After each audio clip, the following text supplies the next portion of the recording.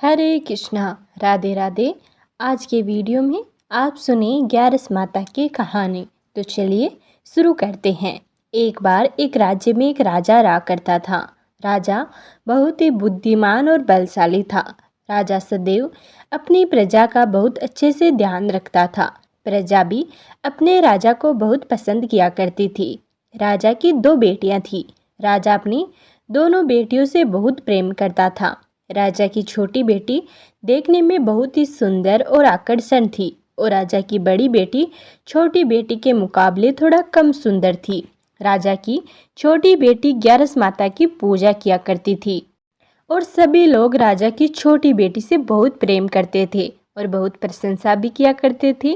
राजा भी अपनी छोटी बेटी को बड़ी बेटी से अधिक प्रेम करता था, जिस कारण राजा की बड़ी बेटी को अपनी छोटी बहन से बहुत नफरत होने लगी।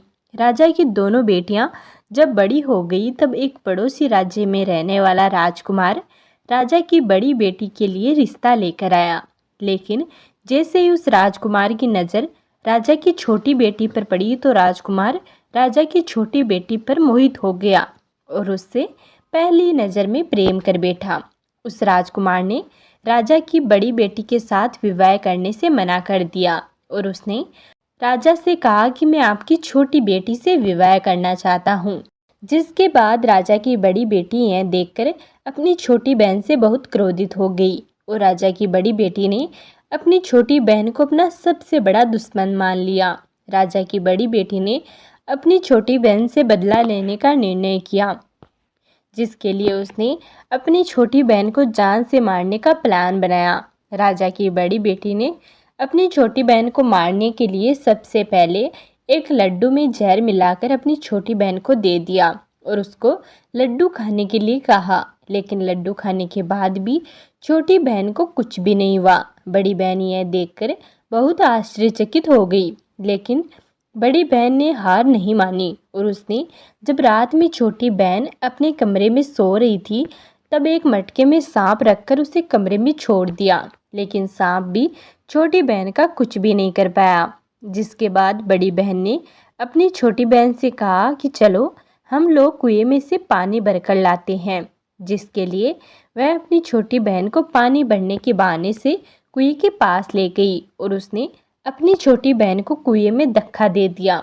लेकिन छोटी बहन को तब भी कुछ न हुआ, क्योंकि हर बार 11 माता उसकी रक्षा किया करती थी और उधर बड़ी बहन अपने सारे प्रयासों के बाद असफल हो रही थी, जिससे वह बहुत क्रोधित होती जा रही थी।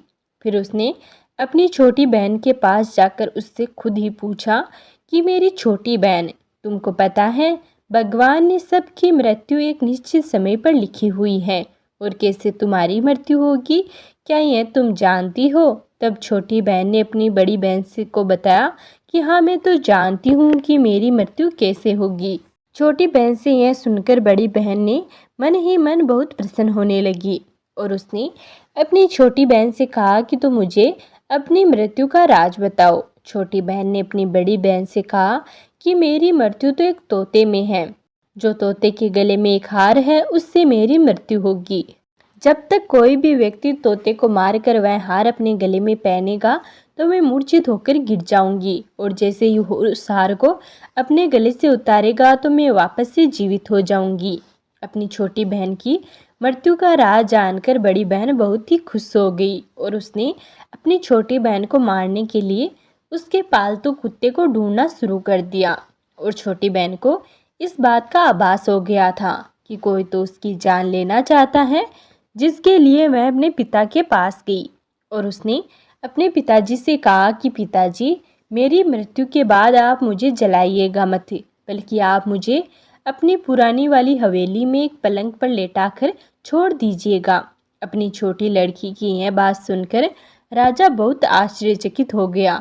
राजा ने अपनी छोटी बेटी से पूछा, बेटी तुम यह क्या कह रही हो? तब राजा की छोटी बेटी ने बताया, पिताजी, समय किसी के लिए नहीं रुकता है, कब क्या हो जाए किसी को कुछ भी पता नहीं है। और फिर राजा ने अपनी छोटी बेटी से कहा कि तुम ऐसी बातें क्यों कर रही हो? 2-3 दिन में तो तुम्हारा विवाह होने वाला है। लेकिन छोटी बेटी ने अपने पिता को ऐसा करने पर मजबूर कर दिया और उनसे वचन ले लिया।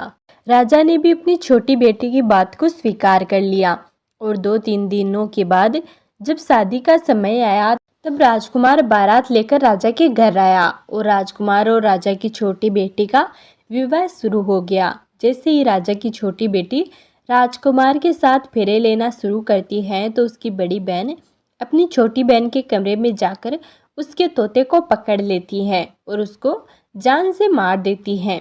तोते के गले में जो हार था उसको अपने गले में धारण कर लेती है। जैसे ही बड़ी बहन उस हार को अपने गले में धारण करती है तो उधर छोटी बहन 3.5 फेरे ही ले पाती है और वहीं पर बेहोश होकर गिर जाती है। जिसके बाद राजा ने अपने बड़े बड़े हर्द हकीमों को बुलाया और अपनी छोटी बेटी का इलाज करने के लिए कहा। राजा की बात सुनकर वैद्य ने राजा की छोटी बेटी को जब चेक किया तो राजा को बताया कि आपकी छोटी बेटी ना तो जीवित है और ना ही मरी हुई है। यह मैं इसका पहली बार देख रहा हूँ। राजा ने वैद्य और हकीमों को यह बात बाहर बताने से मना कर दिया और उनको कहा कि अगर तुमने यह बात किसी को भी बाहर बताई तो मैं तुम्हें फांसी दे दूंगा। राजा ने अपनी छोटी बेटी को पुराने महल में ले जाकर पलंग पर लेटा दिया और वहाँ पर कुछ सैनिकों को तैनात कर दिया। वापस अपने महल में आ गया। राजा की बड़ी बेटी अपने पिता के पास गई और कहने लगी, पिताजी अगर यह शादी संपन्न नहीं हुई तो आपकी इज्जत का क्या होगा? आप कहे तो मैं आपकी इज्जत बचाने के लिए राजकुमार से शादी करने के लिए तैयार हूँ।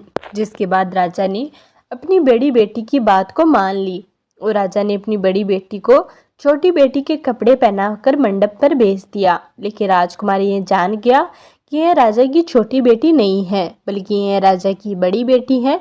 लेकिन जब राजकुमार ने शादी करने से मना किया तो सभी लोगों ने राजकुमार को विवश कर दिया। राजा की बड़ी बेटी से बचे हुए फेरों को संपन्न करा दिया और विवाह करवा दिया गया।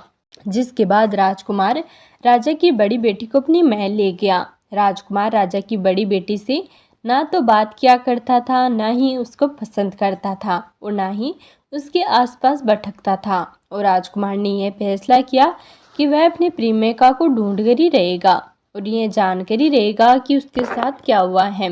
एक दिन राजकुमार अपने घोड़े पर सवार होकर राजा के पुराने महल के पास पहुंच गया, जहां पर उसने कुछ सैनिकों को देखा। महल के पास पहुंचकर राजकुमार ने जब महल को ध्यान से देखा तो वह समझ गया कि यह तो मेरे ससुर जी का ही महल है। तब राजकुमार ने सैनिकों से पूछा, तुम लोग यहाँ पर क्या कर रहे हो और इस महल के अंदर उस पलंग पर कौन लेटा है? जिसके बाद सैनिकों ने बताया कि यहाँ पर राजा की छोटी बेटी लेटी है। यह सुनकर राजकुमार बहुत ही प्रसन्न हो गया और वह तुरंत अपनी प्रेमिका के पास पहुंच गया और उसकी सेवा करने लगा। जैसे ही रात हुई तो राजा की छोटी बेटी उठ खड़ी हो गई। राजकुमार यह देखकर बहुत ही प्रसन्न हो गया और उसने अपनी प्रेमिका से पूछा, तुम यहाँ पर क्या कर रही हो? तुम मेरे साथ मेरे घर चलो। राजा की छोटी बेटी ने राजकुमार को सारी बातें बता दी कि मेरी जान एक तोते में बसी थी और मैंने यह बात सिर्फ अपनी बड़ी बहन को बताई थी और मुझे पता है कि उसने ही मुझे मारने का प्रयास किया है। उसके पास एक हार है जिसको वह सुबह पहन लेती है और रात को उतार देती है। जब तक वह हार को पहन कर रखती है तब तक मैं मूर्छित रहती हूँ और जैसे ही वह हार को उतार देती है तो मैं जीवित हो जाती हूँ। और जब तक मेरी बड़ी बहन के पास वह हार है तब तक मैं ऐसे ही जीवित और मूर्छित होती रहूँगी। अगर मेरी बड़ी बहन के पास जो हार है वह मेरे हाथ लग जाए तो मैं हमेशा के लिए जीवित हो जाऊंगी। राजकुमार यह बात सुनकर राजा की छोटी बेटी के पास रहने का निर्णय कर लेता है और उसने अपने बचे हुए सारे फेरे उस पलंग पर लेटी हुई राजकुमार की छोटी बेटी के साथ ले लेता है और अपना विवाह पूर्ण कर लेता है और वहीं पर रहने लगता है। देखते ही देखते कुछ समय में राजा की छोटी बेटी यानी कि राजकुमार की पत्नी पेट से हो जाती है। एक दिन राजकुमार को किसी काम से बाहर जाना पड़ा। तब छोटी बहन के पेट में बड़ी तेजी से दर्द होने लगा। जिसके बाद उसने ग्यारस माता का आह्वान किया। जिसके बाद वहां पर ग्यारस माता प्रकट हुई और उन्होंने अपने भक्तों के दर्द को दूर किया और एक पुत्र की प्राप्ति करवाई। और वहीं पर अचानक से राजकुमार भी आ गया। राजकुमार ने ग्यारस माता को देखा तो वह आश्चर्यचकित हो गया। उसने तुरंत माता को प्रणाम किया और ग्यारस माता ने राजकुमार से कहा कि जब तुम्हारा बालक 5 वर्ष का हो जाएगा तो तुम अपनी पत्नी का हार लाकर उसके गले में डाल देना। और देखते ही देखते राजकुमार यानी कि राजा की छोटी बेटी का पुत्र 5 वर्ष का हो गया। तो राजकुमार अपने बेटे से कहता है कि बेटा, मैं कुछ काम से बाहर जा रहा हूँ, तुम अपनी माता का ध्यान रखना।